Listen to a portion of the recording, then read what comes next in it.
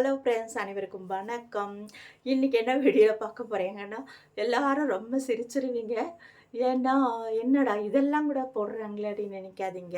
நான் ஆல்ரெடி சொல்லியிருக்கேன், பேச்சுலருக்கு புதுசாக சமையல் பழகுறவங்களுக்கு தான் இந்த வீடியோ. அவங்களுக்காகவே போடுறேன். ரசம் தாங்க. ரசம் வைக்கலான்ட்டு இருக்கேன். ஆனால் ரசம் வந்து எல்லாருமே வைப்பாங்க. ஆனால் இப்போ புதுசாக பழகுற பிள்ளைங்களுக்கும் பசங்களுக்கும் அவங்களுக்காக வேண்டிதான். ஆனால் நீங்கள் எப்பவும் ரசம் வைக்கிறீங்க இல்லையா, அவங்க கூட இதில் மாதிரி வச்சு வச்சு பாருங்க. செம்மையாக இருக்கும். சாப்பாட்டில் போட்டு ஊற்றியே குடிக்கலாம். அந்த அளவுக்கு டேஸ்ட்டாக இருக்கும், சூப்பராக இருக்கும். நீங்கள் இந்த மாதிரி வச்சு பாருங்கள். இதுலேயே பருப்பு வந்து நம்ம வேக வச்சு ஆட் பண்ணோம்னா சூப்பரான ஒரு கல்யாண ரசம் மாதிரி இருக்கும். சரிங்களா?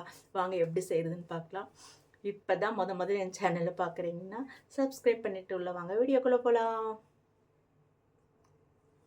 இப்போ பார்த்தீங்கன்னா தக்காளி, பச்சை மிளகா, வரமிளகா, மிளகு, சீரகம், கருவேப்பிலை, மல்லித்தழை, 4-5 பல் பூண்டு, மல்லித்தழையோட குச்சி இதெல்லாம் எடுத்து வச்சுருக்கேன். ஒரு எலுமிச்சம்பழம் அளவு நம்ம தண்ணியில் கரைச்சி வச்சுருக்கேன்.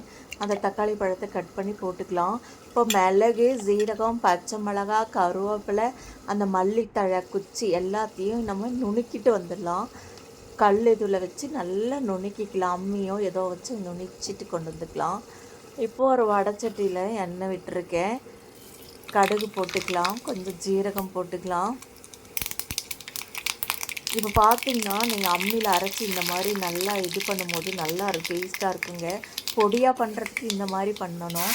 இப்போது நம்ம நுணுக்கிட்டு வந்திருக்கோம் இல்லையா, மல்லி, ஜீரகம் எல்லாமே, மிளகு, ஜீரகம், மல்லித்தழை எல்லாத்தையும் அதில் இந்த எண்ணெயில் போட்டு பொரிக்கலாம்.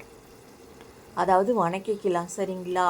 அதுலேயே ஒரு ஸ்பூன் மஞ்சத்தூள் போட்டுக்கலாம். பச்சை வாசம் போகிற மாதிரி நம்ம போட்டுக்கலாம். கருவேப்பிலை ஒரு 4-5 போட்டுக்கலாம். வரமிளகா இருந்தாலும் 1 கிள்ளி போட்டுக்கலாம். இதெல்லாம் நல்லா எண்ணெயில் வணக்கிக்கலாம். இப்போது நம்ம கரைச்சி வச்சுருக்கோம் இல்லையா, அந்த புளி தண்ணியை ஊற்றிக்கலாம். தக்காளி நல்லா கரைச்சிக்கலாம். நான் கொஞ்சம் நல்லா கரைக்கலை அப்படின்னு நிறுத்திட்டு இப்போ நல்லா கரைச்சிக்கலாம்.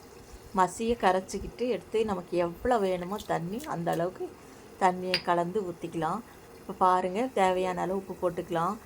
ரசம் அப்படியே பொங்கி வருது பார்த்திங்கன்னா செம்மையாக இருக்குங்க. இந்த மாதிரி ரசம் வச்சு நம்ம ஒரு சாதம் வச்சு அப்பளம் வச்சுக்கிட்டா கூட அவ்வளோ சூப்பராக இருக்கும்.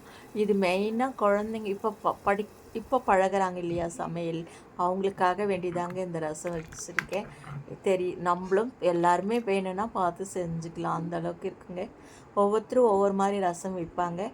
ஆனால் இந்த மாதிரி வச்சுக்கும் போது நம்ம அப்படி சூப்பராக இருக்குங்க. டக்குன்னு கொதிக்க கூட வேண்டியதில்லை, டக்குன்னு செஞ்சாச்சு. சரிங்களா? ஆனால் இது வந்து அவ்வளோ டேஸ்ட்டாக இருக்குங்க. வெறும் சாதம், ரசம், அப்பளம் இருந்தால் கூட போதும், ஒரு ஊறுகாய் இருந்தால் கூட போதும், இந்த ரசமே போதும். அவ்வளோ நல்ல காரசாரமாக செம்மையாக பயங்கரமாக இருக்குங்க.